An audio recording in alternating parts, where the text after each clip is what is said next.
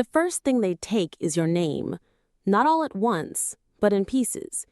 You go from Eleanor to Mom, then to Grandma, and finally to just a pronoun in a sentence spoken with the sigh of a long-suffering martyr. She needs something again, my daughter-in-law Sabine would mutter, her voice a blade wrapped in silk. Tonight she'd outdone herself. She didn't even grant me the dignity of a pronoun. Old crow, can't you manage a fork? Just use the dog's dish. It all ends up in the same place, doesn't it? Her laughter was a shard of glass in the sterile silence of the kitchen. My son, Julian, didn't look up from the blue-lit screen of his laptop, his shoulders hunched in a posture of willful ignorance. I had come to know better than his own face.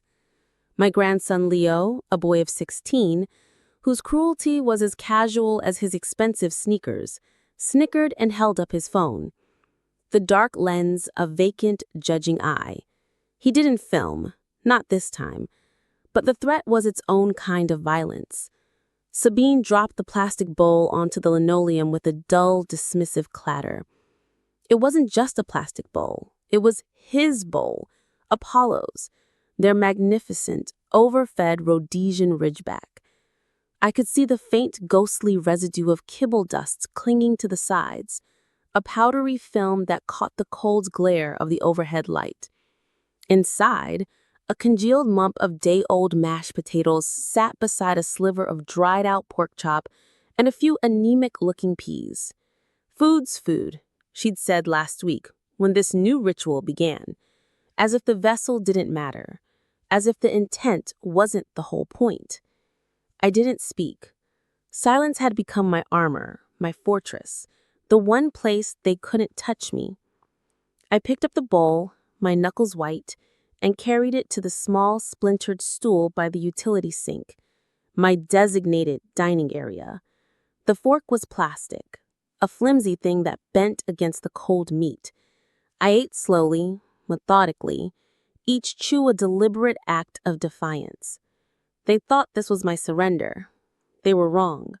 This was me gathering ammunition with every cold, tasteless bite. I let my mind drift away from the fluorescent hum of my son's kitchen in Crestfall, New York, a place where I had become a ghost. I drifted back, 4 years, to a home that smelled of lavender and old books, to a polished oak table where my husband, Arthur, would be carving a leg of lamb, his eyes twinkling as he asked if my wine glass needed refilling. We had a small garden where the peonies grew wild, and a porch swing where we'd watch summer storms roll in over the hills. We had a life built not on extravagance, but on the sturdy foundation of mutual respect. Then a blood vessel in his brain, no bigger than a thread, decided to snap. One moment he was laughing at a joke on the radio. The next he was just gone. The paramedics were kind. "He didn't suffer, Mrs. Vance," one of them had said, his voice soft with practiced sympathy. But I did. I suffered the deafening silence he left behind. A quiet so vast it had its own weight pressing down on me until I could barely breathe. Selling the house felt like amputating a limb. "It's for the best, Mom," Julian had insisted, his arm a heavy proprietary weight on my shoulder. Sabine had stood beside him, her face a perfect mask of concern, nodding as she calculated the equity. "You'll come live with us. We'll take care of everything." I believed them.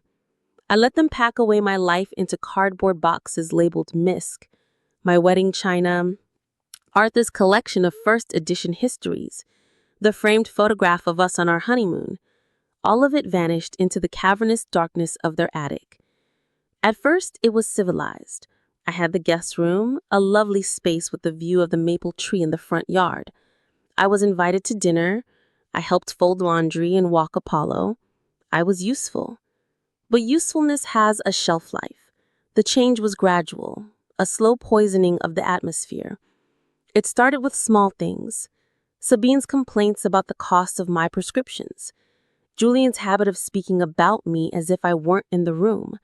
Leo's loud theatrical sighs whenever I asked him to turn down his music. The guest room soon filled with their overflowing clutter, and I was moved to a small, airless room in the finished part of the basement.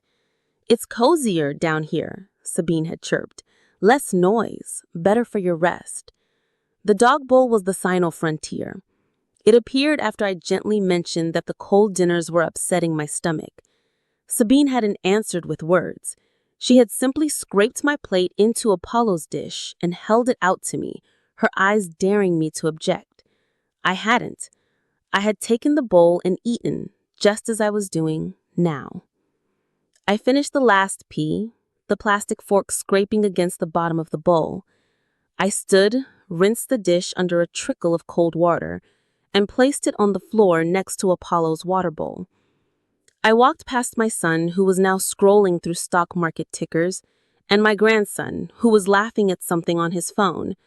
Neither of them acknowledged me. I was a piece of furniture that moved on its own. Down in the basement, the air was thick with the smell of damp concrete and furnace oil. My bed was a thin mattress on a metal frame tucked into an alcove behind the water heater. I didn't turn on the light. I didn't need it. I crawled under the threadbare blanket, the thud of their footsteps overhead, a constant rhythmic reminder of my displacement. But I didn't sleep. Instead, I reached into my pillowcase and pulled out a small leather-bound notebook and a pen. In the faint moonlight filtering through the grimy casement window, I began to write, November 5. Served dinner in dog bowl for the 8th time. Sabine called me an old crow. Julian did not react. Leo smirked and documented. November 6. Overheard Sabine on the phone with her sister. It's like running an adult daycare that doesn't pay.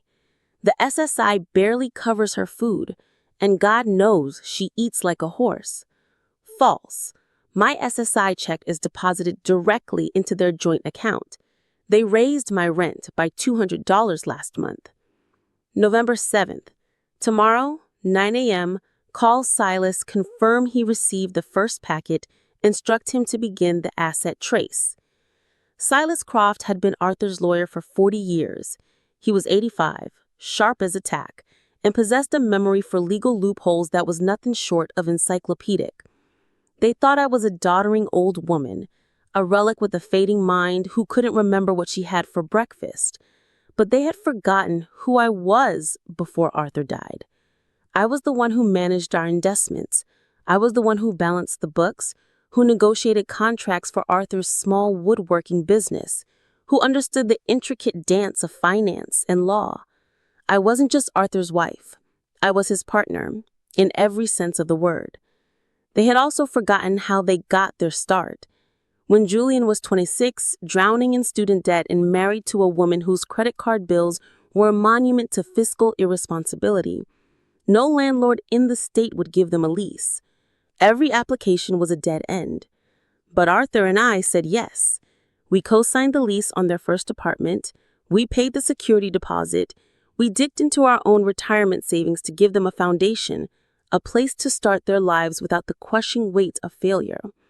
They cried that day, hugging us, promising a lifetime of gratitude. Gratitude, I had learned, has an expiration date. It soured like milk over the years as they climbed the social and financial ladder, a ladder whose rungs Arthur and I held steady for them. With each promotion, each new house, each expensive vacation, the memory of their humble beginnings grew fainter until it was gone. They didn't see me as their benefactor anymore. They saw me as a line item on their budget, a liability, a walking, breathing inconvenience. But what they saw as weakness, I was honing into a weapon. They thought my silence was acceptance. They mistook my compliance for defeat. They had no idea that in the quiet darkness of my basement room, I was building a case against them, brick by meticulous brick. They thought they had taken everything from me. They would soon discover that the most valuable thing I possessed was my memory, and I remembered everything. The cruelty escalated with a chilling, calculated precision. It was never about physical violence. Sabine was too clever for that. There were no bruises to photograph, no broken bones to report. Her methods were far more insidious, designed to dismantle a person from the inside out, leaving no visible trace. It was the art of invisible abuse, and she was a master. One morning, I went to the small pantry to get a box of tea and found a new padlock on the door. Sabine was standing there, wiping the counter, her expression of bland indifference. "We're trying to cut down on unnecessary snacking, Eleanor," she said, not looking at me. "Portion control is important at your age." She handed me a small insulated lunch bag. Inside was a single tea bag, 2 packets of artificial sweetener, and a dry biscuit, my ration for the day. I simply nodded and said thank you. A week later, the handle on the door to the upstairs bathroom, the only one with a proper bathtub, vanished, replaced by a smooth metal plate. A note taped to the door read, "Plumber coming. Do not use." No plumber ever came. I heard Sabine laughing on the phone that evening. She has a perfectly good toilet in the basement. It's not a spa, honestly. The entitlement. I started taking sponge baths at the utility sink, the cold water chilling me to the bone. Leo, emboldened by his parents' open contempt, sharpened his verbal attacks. He began referring to me as the cellar dweller. He'd walk past me and make a great show of sniffing the air. "Ugh, it smells like mothballs and regret in here," he announced one afternoon to a friend he'd brought home.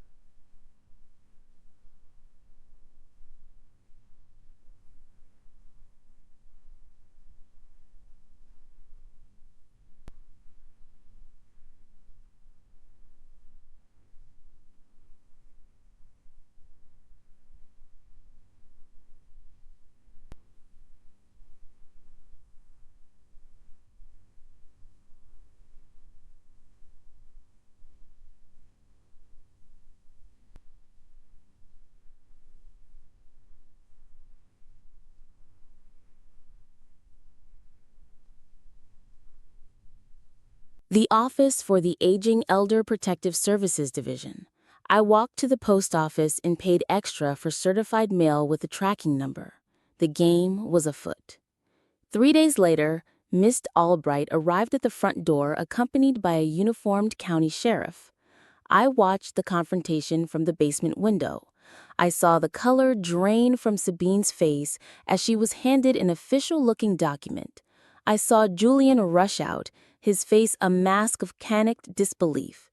They were served with the notice of lease termination for material breach of contract. They had 72 hours to formally respond.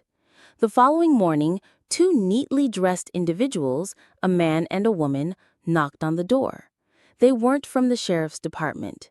They flashed badges and identified themselves as investigators from the state's Adult Protective Services and the Social Security Administration's Fraud Division. "We're here regarding an inquiry into financial exploitation and benefits fraud," the woman said, her eyes sweeping past a stammering Sabine to scan the interior of the house. I chose that moment to make my entrance.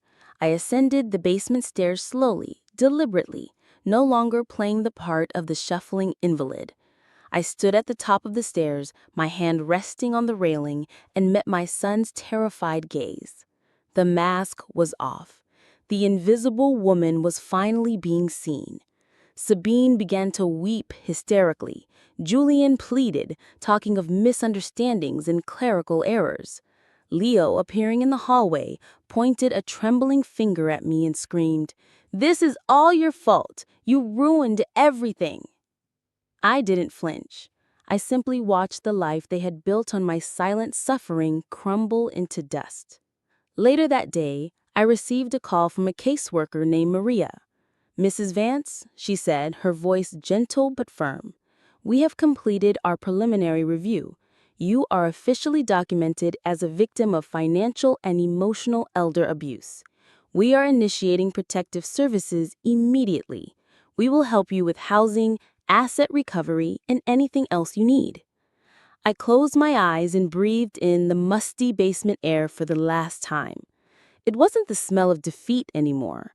It was the smell of freedom. They used to say I was too fragile to live on my own, too confused, too far gone. But here I stood in the sun-drenched kitchen of my own quiet apartment overlooking a snow-covered park.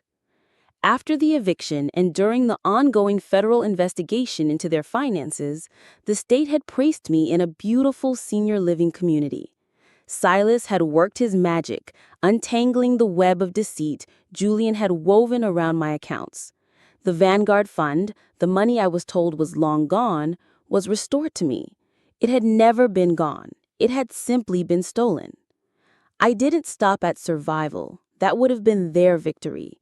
I decided to build. With the portion of my recovered funds, I opened a small bakery and tea room in the heart of Crest Fall. I called it the Hearth.